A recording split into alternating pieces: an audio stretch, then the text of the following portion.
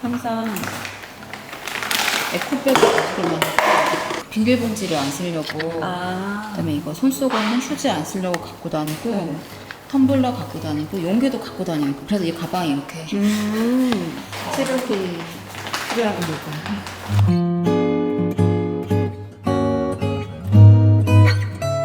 세계적 수준의 공항과 항만을 가진 도시, 접경지면서 제조업으로 성장한 도시, 개방성과 애양심을 가진 도시. 아인프롬 인천.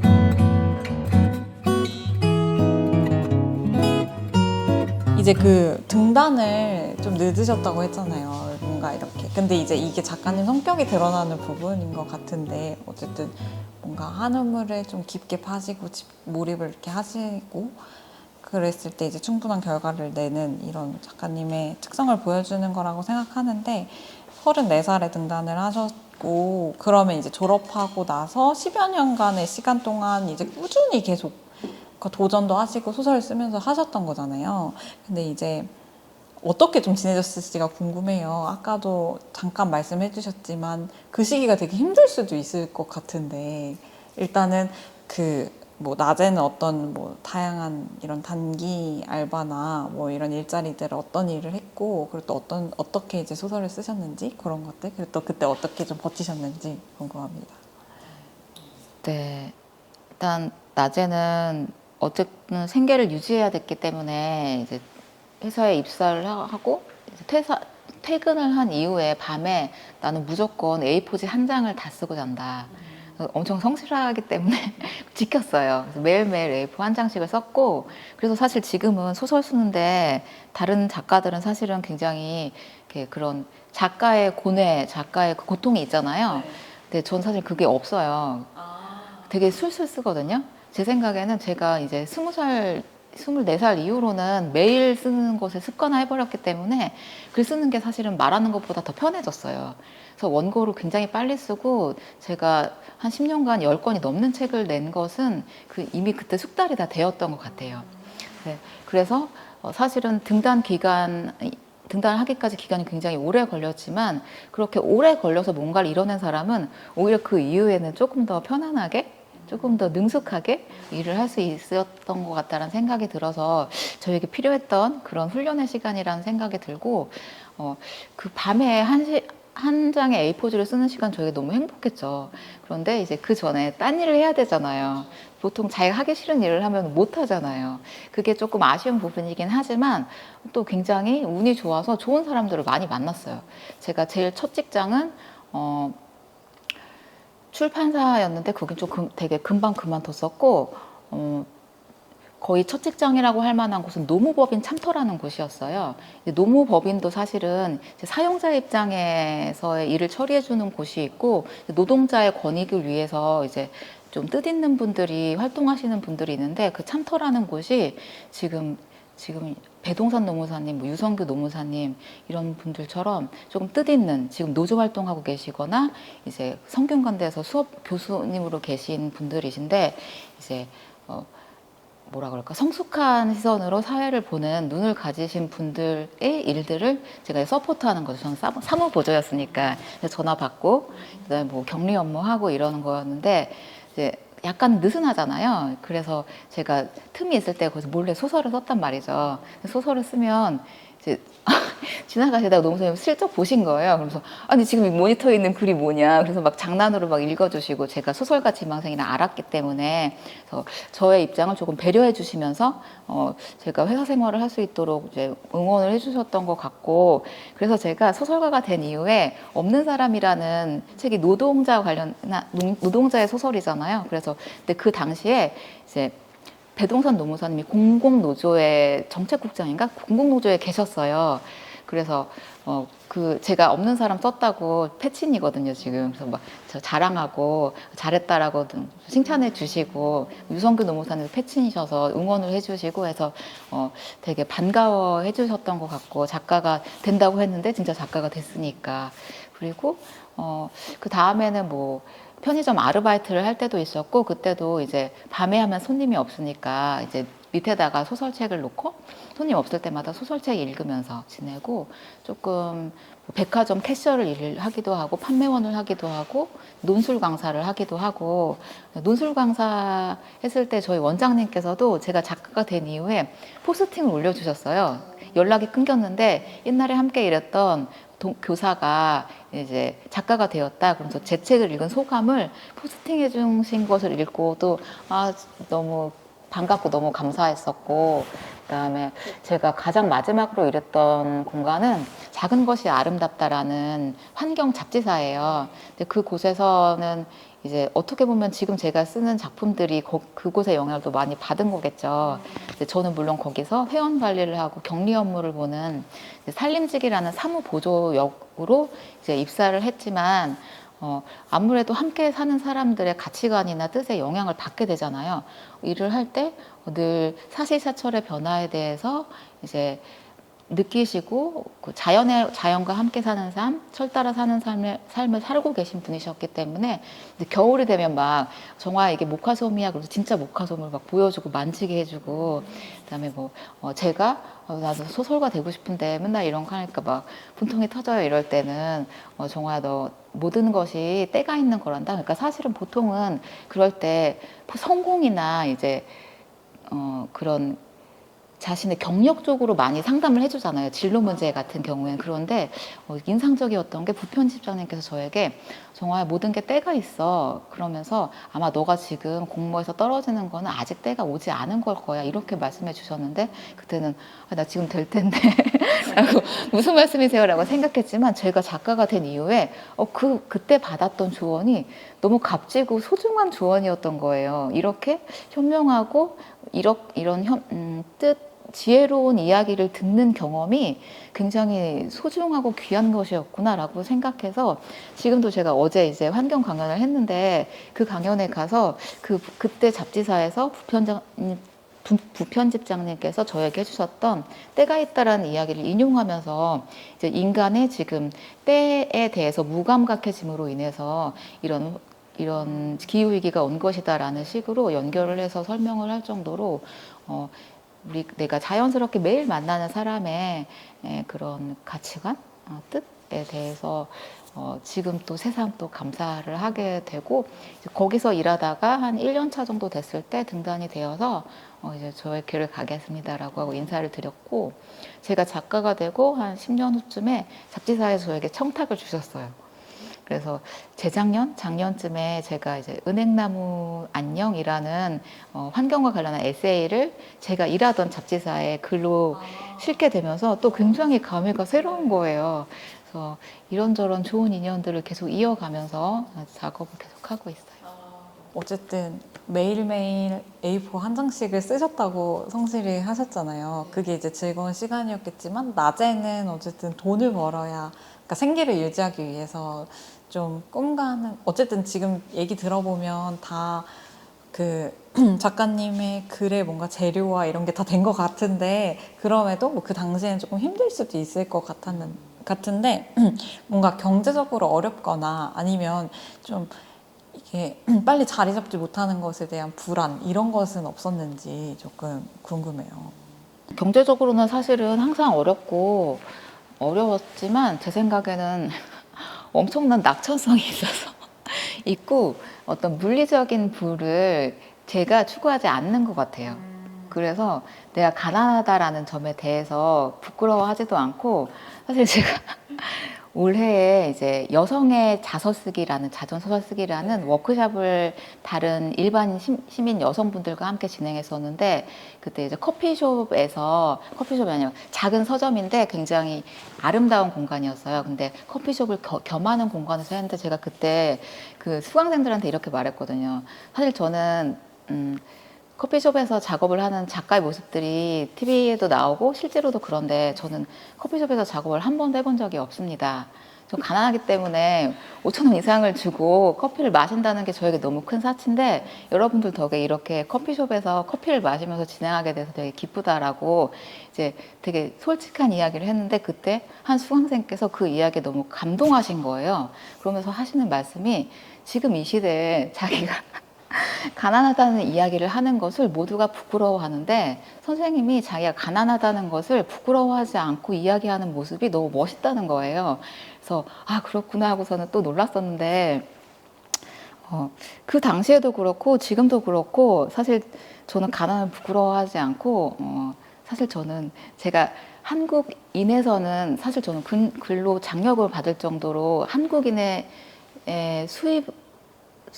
한국인이 받는 평균 임금보다는 굉장히 적은 액수를 받고 검소하게 살고 있는데 저는 그러한 저 자신조차 사실 사치하고 있다 생각하거든요. 왜냐하면 한국의 평균적인 부가 굉장히 높게 지금 올라와 있어서 사실은 이전에 우리가 하던 일들을 조금 제3세계의 가난한 국가에게 외주로 떠넘기고 그들에게 가난한 역할을 맡긴 다음에 우리가 모두 부자인 역할을 하는 그런 되게 부조리급 같은 상황이라고 생각해요. 그래서 한국인 치고는 가난한 저조차도 사실은 전지구적으로 보면은 굉장히 부유한 삶을 살고 있는 상황이기 때문에 저는 사실 어떻게 보면 그 이야기를 듣는 것도 부끄러운 상황이라고 생각을 하는 거죠.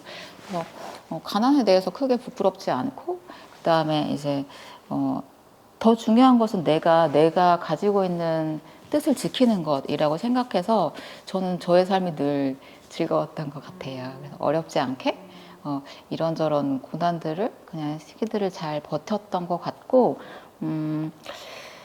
그런데 저의 그런 낙천적인 저에게도 한 방에 펀치가 날아온 것은 10년 동안 계속 떨어졌다라는 거. 왜냐면 이제 저는 사실은 제가 작가가 될 거라는 의심을 한 번도 안 해봤었거든요. 안 될 거라는. 근데 이제 34살에 10번째 이제 공모에 떨어지니까 갑자기 이제 현타 온다라고 하잖아요.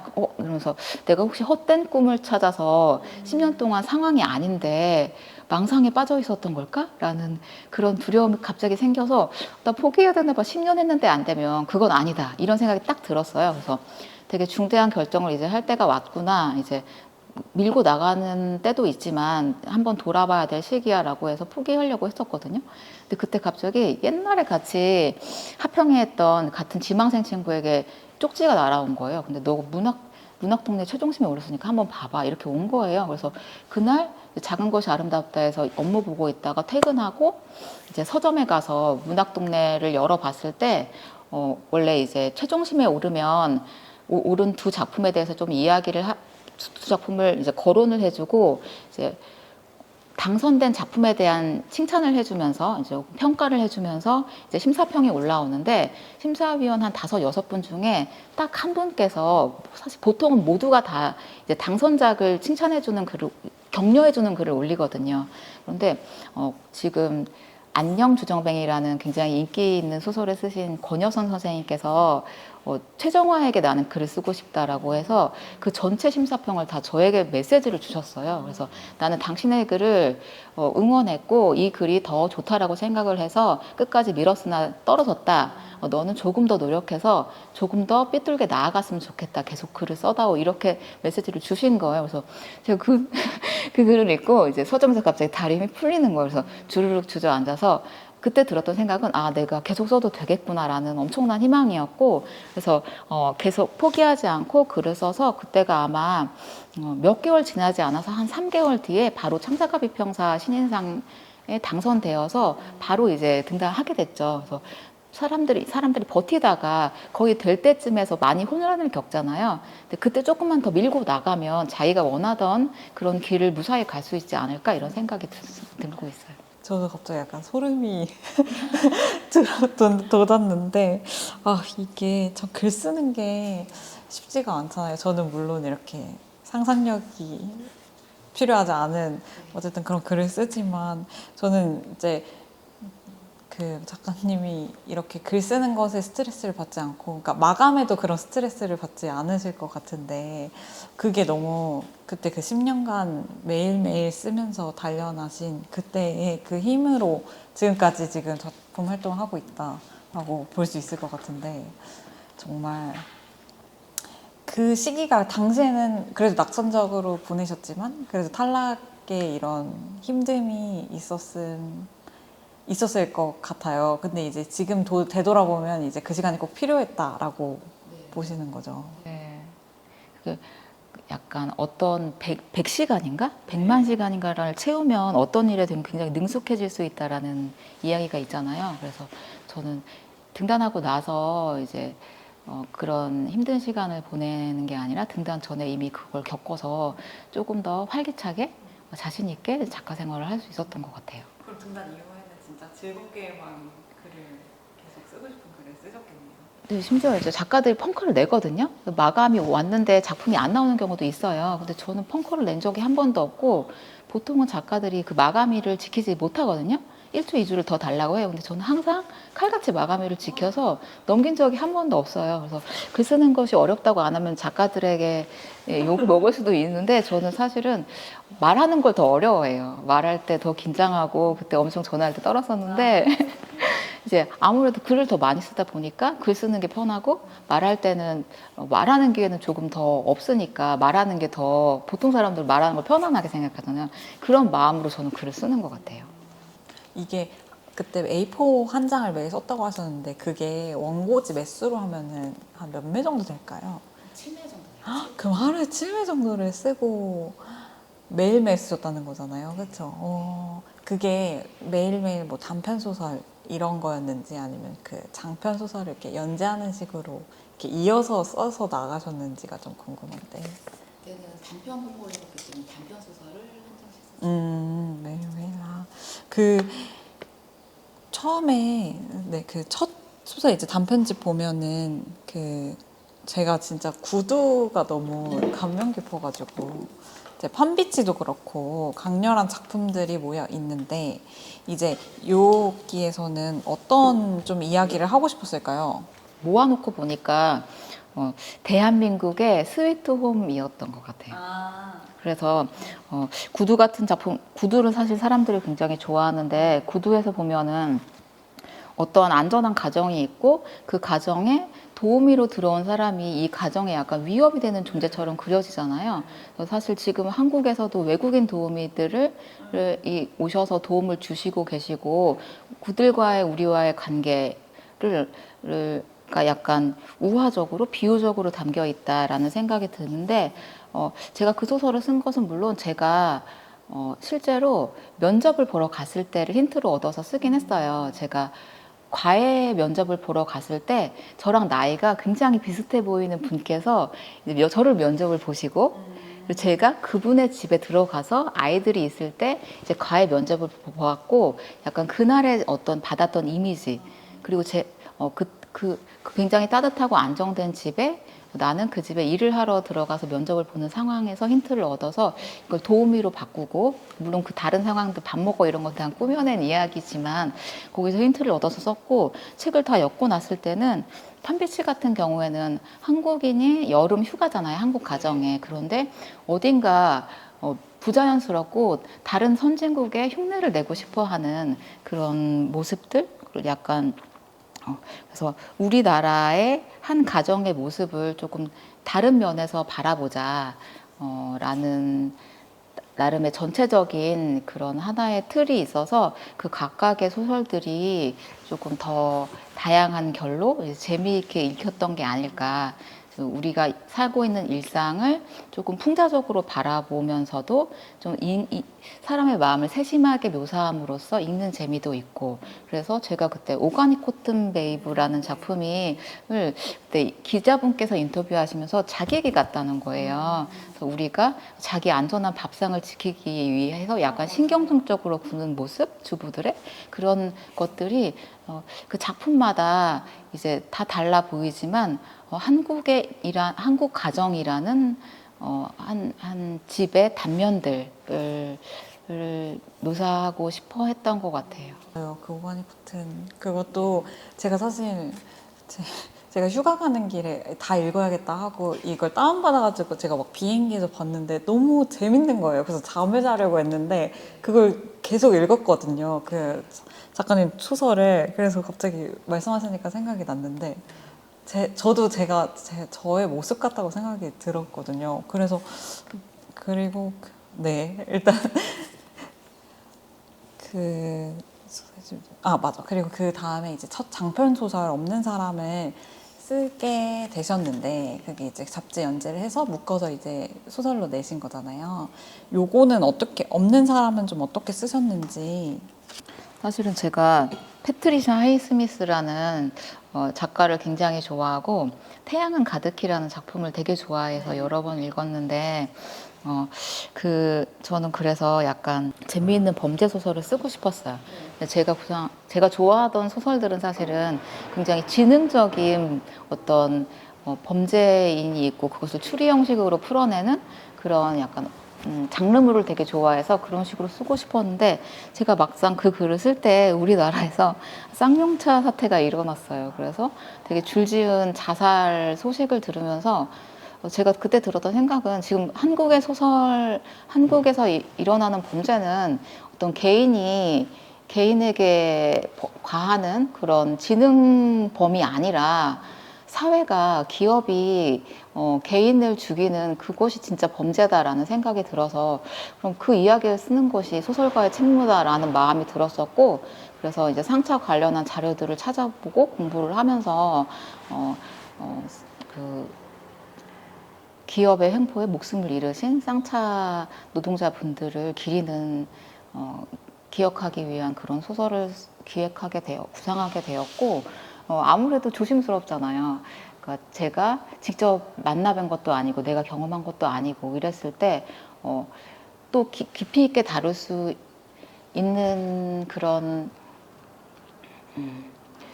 부분이 르포 형식으로 많이 나와 있었기 때문에 소설은 이것을 어떻게 다룰까를 고민하다가 그냥 지금 내 입장에서 한번 써보자. 그래서 이제 약간 한 걸음 떨어진 자의 어떤 무호라는 인물을 만들어 놓고 조금 르포와 다른 소설적인 관점에서 쌍용차 이야기를 조금 다뤄보고 싶었던 것 같아요. 이 최근에는 이제 소설뿐만 아니라 에세이도 쓰시고 또 칼럼도 쓰고 계시잖아요. 그 언론사에 이 글 안에 그 작가님이 좀 추구하는 그 라이프 스타일과 또 이제 사회에 대한 시선 이런 것들이 담겨 있는데 요즘엔 어떤 것에 조금 초점을 맞춰가지고 글을 쓰고 계신지가 조금 궁금합니다. 최근에는 사실은 가장 열심히 하는 거는 소설가가 본업인데 칼럼을 더 열심히 쓰고 있어요. 왜냐면 칼럼은 제가 처음 써보는 것이기 때문에 또 공부가 많이 필요하더라고요. 그리고 제가 환경 관련한 뭐 전공을 하거나 활동가인 게 아니기 때문에 이제 매번 칼럼을 작은 글을 쓸 때마다 도서관에서 한 20권 정도의 책을 다 빌려와서 그 책들을 굉장히 많이 공부를 하고 제 생각에는 제가 입시 공부를 그렇게 했다면 굉장히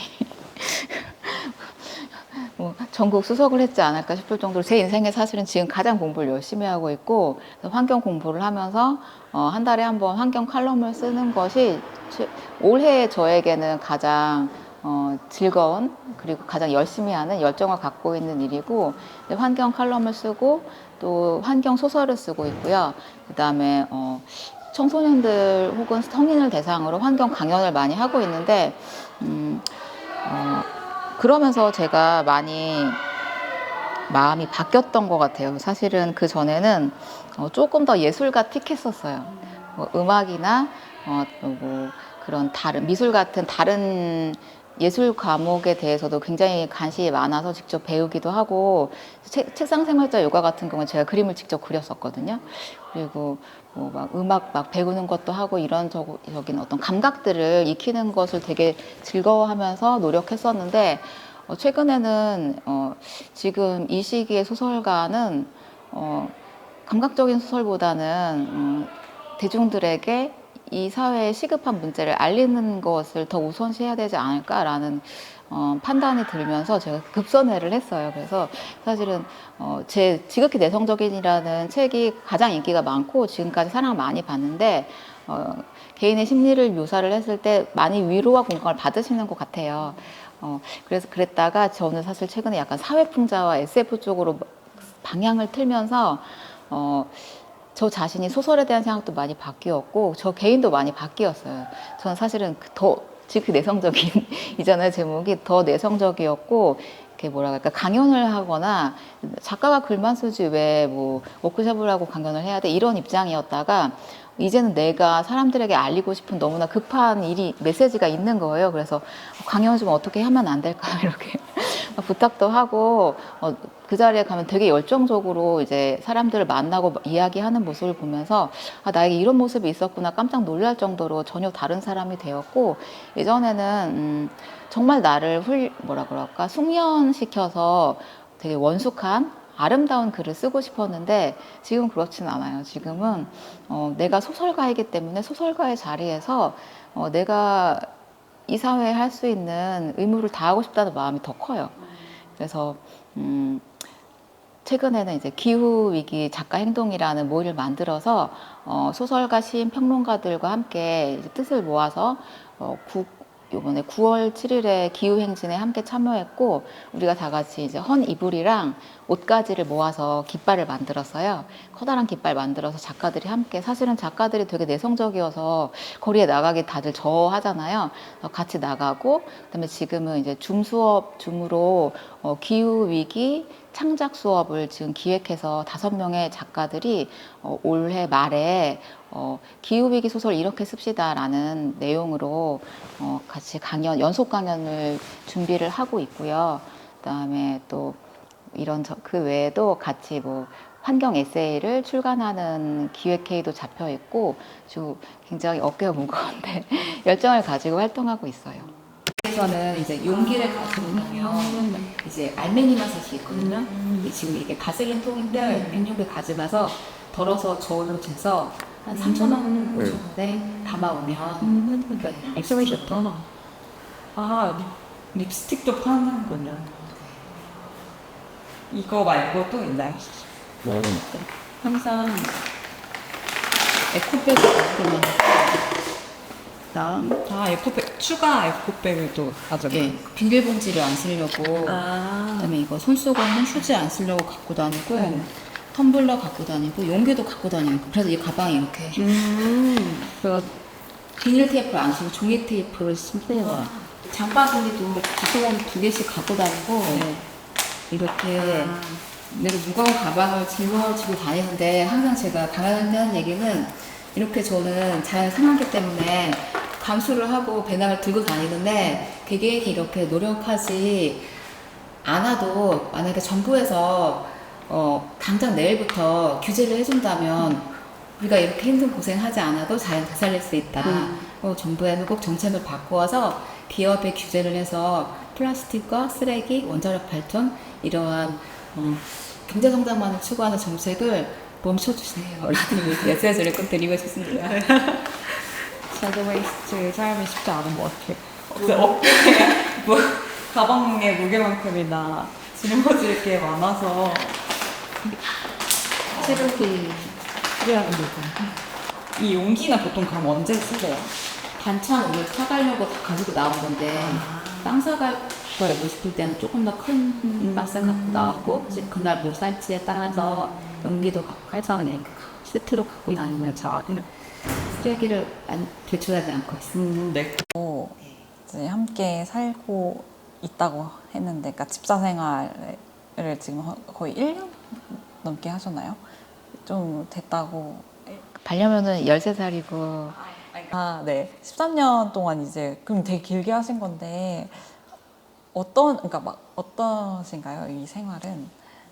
저 반려묘를 13년 전에 입양해서 함께 가족을 이루고 이제 10년 넘게 살면서 이 친구가 되게 아팠어요. 예, 태어날 때부터 몸이 많이 아픈 친구들이 있다고 하더라고요. 이제 사람과 달리 동물들은 한 배에서 태어난 아이 중에 한 친구에게 아픈 유전자가 모여 있대요. 근데 제가 이 친구가 어렸을 때 병원에 갔을 때 선생님께서 이 아이는 한 1년 정도밖에 살지 못한다. 지금 곳곳이 굉장히 많이 안 좋다라는 얘기를 듣고 엄청 울었어요. 어떻게 엄청 울고 나서 계속 약을 먹이다가 이제 저는 너무 스트레스를 받는 모습을 보고 그냥 약을 먹지 않고 편안하게 살게 해주는 게 낫겠다라는 생각이 들어서 약을 끊고 그냥 예지중지 잘 돌보는데 너무 다행히도 제 생각에는 몸이 안 좋은데 의지가 강한 친구예요. 그래서 지금 건강하게 13년을 산 거예요. 그래서 물론 막 여러 가지 아픈 게 아픈 점이 있어서 돌봐줘야 되는 부분이 있지만 자기가 살아야 되는 시간보다 훨씬 더 잘 오랜 시간을 강인하게 잘 이겨내 주어서 이 친구를 돌보면서 사실은 제가 막내거든요. 막내라서 약간 철부지기가 있는데 저 반려묘와 함께 생활하고 돌보는 과정에서 제가 굉장히 강해졌어요. 그래서 이 역할이 저에게 또 어떤 다른 힘을 주었다라는 생각이 들고, 그러면서 또 다른 종에 대한 생각을 또 다양하게 하게 돼서 동물권 이야기에 조금 더 목소리를 실기도 하고요. 그다음에 친구와는 10년 넘게 살았지만 내 아이가 아니라 다른 아이, 그러니까 캣맘이라고 해서 길냥이들에게 밥을 챙겨주는 일을 하고 있어요. 그래서 저희 집 근처에서 저는 식당이라고 생각하는데 고양이 식당을 작게 열어서 물이랑 밥을 아침 저녁으로 주고 있고, 그래서 매일 아침 저녁마다 한 5마리 정도의 고양이가 저에게 인사를 와요. 몰래 먹는 친구들도 있고 성격이 다양해서 되게 가까이 오는 친구도 있고 조금 멀리서 울기만 하는 친구도 있는데, 아침 저녁으로 우리 집에 함께 살고 있지 않은, 사실은 조금 위험한, 그리고 사실 길냥이들은 밥을 챙겨 먹는 것도 사실은 어려운 상황이잖아요. 그러한 친구들을 매일 만나는 경험이 저에게는 굉장히 중요한 것 같아요. 왜냐면 보통은 아무래도 내 주변의 일들에 민감해지기 마련인데, 저는 자꾸 내가 보이지 않는 곳에 있는 존재들에 대해서 생각하게 되는 거예요. 그래서 저는 지금 1년 차가 돼가는 캣맘 생활이 저에게 또 다른 깨달음을 줄 거라고 생각하고 있고,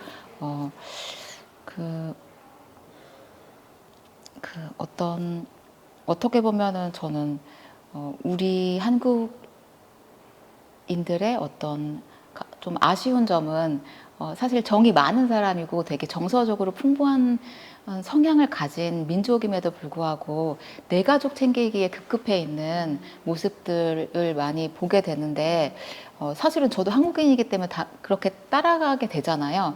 그런데 그러한 저의 모습, 한계를 넘어서게 해주는 것 같아요. 제가 캣맘을 돌본다는 것, 그리고 사람이 아닌 다른 종과 함께 산다라는 것, 그래서 뭐 종차별주의에 조금 더 반대한다라던가, 그런 차별과 혐오에 더 민감하게 반응하고 그러한 상황에 처한 약자들을 도우려고 한다든가, 이런 활동들에 관심이 많습니다. 여기 기후 관련 질문에 미리 대답을 해주셔서, 그래서 마지막 좀 마무리를 하면서 작가님에게 소설은 좀 어떤 존재인지, 근데 요즘에 또 칼럼을 많이 쓰신다고 하니까 이런 글 쓰는 것 자체가 어떤 행위인지 뭐 그런 것들을 얘기해 주시면 될 것 같아요. 물론 소설은 이제 저의 고등학교 시절에는 너무나 되고 싶었던 꿈이었고, 그래서 정말 소설 외에 아무것도 안 하던 시절도 있었고, 저의 전부였던 시절도 있었고, 그리고 나중에는 이렇게 나의 생계를 이어가는 직업이라고 생각한 적도 있었지만, 지금의 저는 제 소설을 통해서 내가 소설을 쓴다라는 마음보다는 내 소설이 다른 사람에게 가서 어떤 영향을 미치게 될까에 대해 더 관심이 많게 된 것 같아요. 그래서 내 색깔을 고집하기보다는 우리 사는 이 한국 사회, 우리 전 세계에, 이 세상에, 지구에 어떤 글이 필요하지라는 질문을 항상 하려고 노력하고 있고요. 원래는 지극히 내성적인이라는 심리소설을 썼고, 제 글을 읽어봐 주신 편집자님께서 저에게 물어보시더라고요. 선생님께서 심리에 관심 많으시죠? 그래서 저는 사실 소설 준비를 할 때 정신분석학 공부를 많이 했었거든요. 그래서 네, 정신분석학을 좀 좋아했었어요. 라고 대답을 했었는데, 그런 것들이 글에 보인다라는 얘기를 나누고, 제가 사실은 그런 쪽으로도 제가 관심이 많아서 좀 글을 써보고 싶다. 그리고 제가 조울증이 있거든요. 있었어서 발병을 했어서 이제 5년간 치료를 받은 경험도 있고, 그 병을 요가라는 수련을 통해서 이제 다스리고 이제 완화되는 경험을 했었어서 심리에 관한 이야기를 하는 것이 사실은 제 책무라고 생각하고 있었어요. 그래서 심리에 대한 이야기를 해보는 게 어떨까라고 이제 막 기획회의를 하는 과정에 이야기하는데, 그 편집자님께서 이제 선생님, 그것도 좋긴 한데 지금 이 세상에 필요한 이야기가, 환경 이야기가 조금 시급해요. 그리고 선생님이 그 글을 쓸 수 있을 것 같다는 거예요. 그래서 제가 그때도 이제 제로 웨이스트 실천을 하고 있었거든요. 그래서 만약에 그렇다면 해봐도 좋지 않을까라는 마음으로 제가 비닐봉지는 안 주셔도 돼요라는 책을 쓰게 되었고, 그 책을 쓴 이후에 지금 계속해서 환경과 관련한 글, 소설, 이제 강연, 뭐 칼럼을 쓰게 되었는데, 네, 생각이 그렇게 바뀐 것 같아요. 예전에는 되게 정확한 말하기가 좋았던 시절도 있었고, 조금 아름다운 문체에 끌렸던 시절도 있었고, 문학적인 그런 성취를 더 추구하던 시절도 있었는데, 지금은 우리 사회에 어떤 이야기가 필요하지? 라는 질문에서 내 글을 시작하기 때문에 속 소설이 아니어도 되고, 칼럼이어도 되고, 뭐 에세이여도 되고, 강연이어도 되는 조금 더 자유로운 사람이 되었다라는 생각이 들고, 네, 소설로 시작해서 더 폭을 넓혀가는 그런, 저에게 소설은 어떤 그런 씨앗이 아니었을까? 새싹이 아니었을까라는 생각이 듭니다. 그러면 이제 끝으로 어떤 작품을 쓰고 싶은지, 또 만약에 작품에 인천이 등장한다면 어떤 장소나 모습, 이야기를 좀 담고 싶은지 궁금합니다. 제가 계속 쓰고 싶은 작품은 약간 제가 늦듯하고 했으니까, 제가 처음으로 기후소설 쓴 게 날씨 통제사라는 소설을 썼고, 그다음에 본로스 리포트라는 작품으로 또 환경소설을 이어나갔고, 지금 출간 준비 중인 11번째 경이라는 장편소설과 영거라는 지금 쓰고 있는 또 장편소설이 있어요. 4권의 기후소설, 환경소설을 계속해서 쓰고 싶고, 저는 사실은 오래 걸리기 때문에 계속 10권이고 20권이고 계속해서 써나가는 과정에서 조금 더 사람들의 마음을 움직일 수 있는 훌륭한 글이 나온다고 생각해서 앞으로도 환경에 관한 글을 계속 쓰고 싶고요. 그다음에 또 하나는 제가 사실 조금 약간 한국 사람들 워커홀릭인데 저도 일을 좀 좋아하는 편이거든요. 작업에 몰두하는 편인데, 오늘 제가 서울에 살다가 오랜만에 인터뷰를 하기 위해 인천에 오는데 너무 행복한 거예요. 인천에 약간은 느슨한 모습.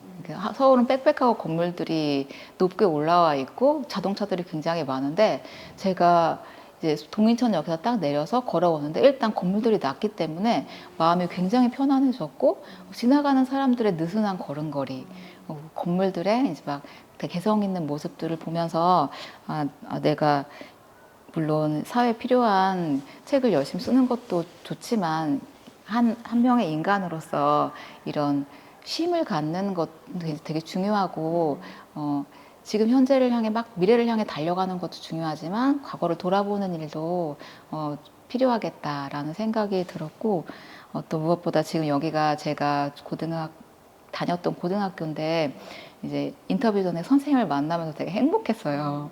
그래서 이렇게 조금 행복한 시간을 자주 가져야겠다라는 생각이 들었고, 인천을 떠올리면 인천에 대해서 저도 물론 쓰고 싶어요. 그래서 인천에 살았으니까 인천에 대해서 가장 잘 쓸 수 있지 않을까라는 생각도 있고, 저는 사실은 보통 우리나라 사람들이 바다 하면 다들 제주도나 동해를 떠올리잖아요.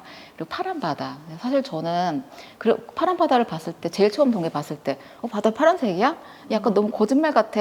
제주도도 보고 에메랄드색 바다를 보면서 이거 사진 속에 나오는 거 아닌가 이런 생각이 들었는데, 제 머릿속에 있는 진짜 바다는 노란색 똥물인 거죠. 그래서 인천의 서해 바다, 월미도에서 쓰레기가 떠다니던 바다가 저에게는 진짜 리얼한 바다인데, 제가 어렸을 때 이제 쓰레기가 떠다니는 노란 바다를, 서해 바다를 보면서는 별 생각이 없었거든요. 그런데 제가 이제 커서 글을 쓰면서 조금 더 성숙한 모습에서 봤을 때, 어린 시절의 바다를 청정한 바다가 아니라 쓰레기가 떠다니는 냄새나는 바다로 기억하고 있는 그 나의 모습이 진짜 이 시대의 인천 사람의 시각이겠다라는 생각이 드는 거죠. 실제로 지금 자연이 우리가 생각하는 그런 뭐라 그럴까, 휴식과 그런 아름다운 상황에 처해 있는 게 아니라 지금 위험한 상황에 처해 있고, 내가 어릴 때 꼬마였을 때 바다 위에 쓰레기가 떠다니고 약간 냄새가 났던 기억이 틀린 게 아니라 그 자연이 내가 만난 첫 자연이구나 라는 생각이 들어서, 인천에 대한 이야기와 지금 제가 하고 있는 활동을 조금 연결하면서 더 리얼한 인천과 더 리얼한 서해에 대해서 쓸 수 있지 않을까라는 생각이 들었습니다. 네. 언젠가 나올 그 글을 기대를 하겠습니다. 감사합니다. 오늘 일단 이렇게 인터뷰 마무리하면 될 것 같고, 네. 네, 너무 고생 많으셨습니다. 감사합니다. 감사합니다.